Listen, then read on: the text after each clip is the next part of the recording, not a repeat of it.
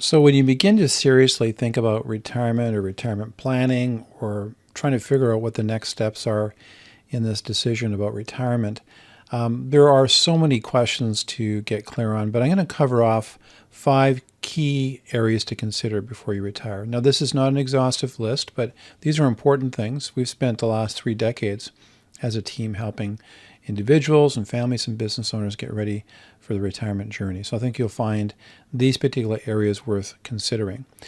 Now, the first area that we should take a look at is what are you going to do with your time? That seems like an obvious one, but a lot of people are not very intentional about thinking about their current world from a time allocation to what their world and life will look like when they retire. Now, we've got some great content. Go to the show notes. There'll be links back to content that will walk you through different exercises to get clear on how you're going to allocate time. Hobbies, recreational pursuits, maybe even part-time work. Those are all things that should be considered. When we talk about this idea of practicing retirement, maybe even using some of your holiday time or time off to actually act as if you are retired. We've even had some clients take a look at their retirement budget and then try to live on the retirement budget from a cash flow standpoint for a few months. So this is before they're retired, but they're going to spend like and budget like they are already retired. That's a great exercise to go through. I'd encourage you to do that. Make sure you go to the show notes for additional resources that will be helpful to you in this area. Well, I hope you're enjoying this content. By the way, if you're beginning to think about retirement, you're within 5 years of retirement, you should click the link in the show notes that takes you back to our website. And on our homepage, we talk about how you can get a complimentary retirement income planning snapshot. We call it a gap analysis. So we identify planning opportunities and how you could potentially get benefit from a retirement planning process. So make sure you go to our homepage to get more information about our 3-step process. As well, at the bottom of our homepage, you can find out how you can get hold of a free retirement planning resource bundle. If you haven't subscribed, make sure you do that. So the next area to reflect on is basically your social connections, and they will change. So you've got your relationships at work. Not all of your peers are going to be retiring at the same time you are, and inevitably those relationships begin to become a little bit distant and not tight at all. You have recreational relationships, so you might be golfing or other recreational pursuits. Again, those are great, but as you transition in retirement, you won't be golfing all the time. So we have to keep in mind that a lot of the recreational activities that we're involved in, we like them because they're counterbalanced against work, as an example. So recreational relationships may not fit the bill completely either.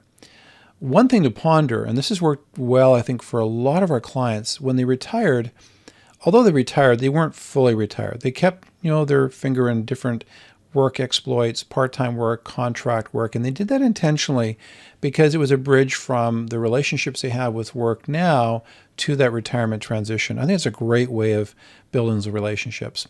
The other thing is you might be involved with grandchildren and their activities and coaching and different sporting activities or volunteer work. Volunteer work is a great way of fostering relationships because you're working side by side with people that share common values and common goals that you're pursuing. So the big takeaway is think about your current world and relationships, how those relationships will change. And don't forget, if you have a partner, the dynamic of your relationship with your partner will change as well. So the next area to reflect on is be realistic about your monthly retirement income needs. Be ruthless about this area. And so the typical advice out there just is not realistic. 70% of your pre-retirement income is what's required when you retire. Your expenses are likely to go down. That's not been our experience with our clients. If anything, expenses go up. But just think about it from a practical standpoint. You have more time in your hands. There's additional travel, recreational activities you probably want to pursue. If anything, that drives costs higher.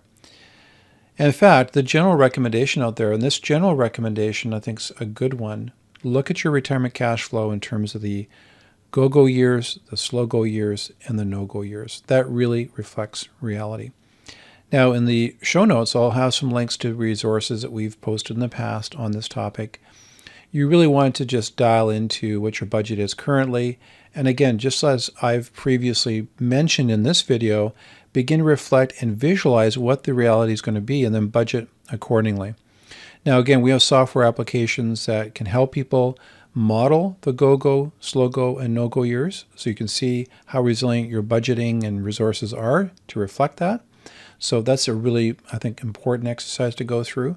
But the first step is be clear on your expenses, understand what your priorities are going to be from a cash flow standpoint when you transition into retirement. So the next area to ponder is plan for unexpected medical expenses or future needs. So what I'm getting at here is a concept called a sinking fund, and also looking at your insurance coverage, of course. So if you have a benefits plan through your employer, that's probably going to go through some changes. So often the health benefits that you have now working may go through changes when you retire if you can continue the coverage. And for many people, they lose their coverage entirely. So you want to begin planning for that in advance of retirement. So for some of you, it may make sense to get some private group health insurance through one of the large carriers, whether that's Manulife or Canada Life or Sun Life. Various carriers have coverage. Maybe to carry coverage that will cover for travel health insurance, basic health insurance. It could be dental work, eye care. Particularly for those kinds of things, it might be better as you get older to just have a sinking fund to look after dental work and, of course, eye care and other needs that come up.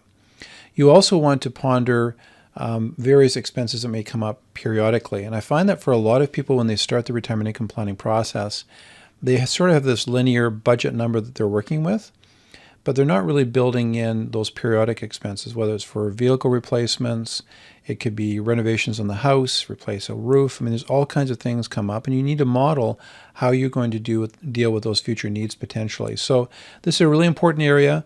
Sit down with your financial advisor, your insurance agent, your broker to look at your current group health coverages and whether you need to do some research before you retire because you may need to buy coverage privately to replace some of those benefits.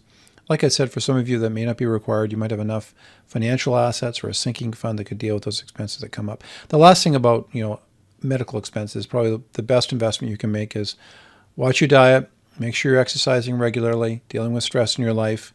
That should be part of your retirement income plan so you don't have to spend too much money on health costs because you didn't look after your health. And now the last area to ponder is look at the possibility of creating passive income to help make your money last.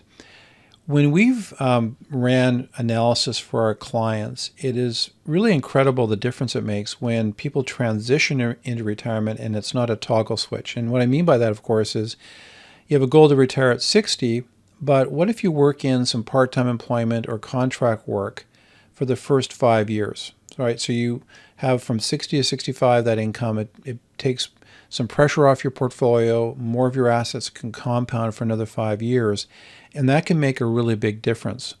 Now, having either passive income through rental income or building a business or doing contract work, that all takes pre-planning. It doesn't just happen when you retire. That's something you should begin working on probably at least 5 years before retirement. So by the time you make that transition, you might have some part-time income that can supplement your other sources of retirement income that you need for lifestyle. The other thing to keep in mind is that people are living longer. And so if you're healthy at 60 or 65, you're probably going to live, if you have good health habits, you're probably going to live until your mid to late 80s. And so you need your capital to last a long time. And we continue to have to deal with the impact of taxation, inflation costs.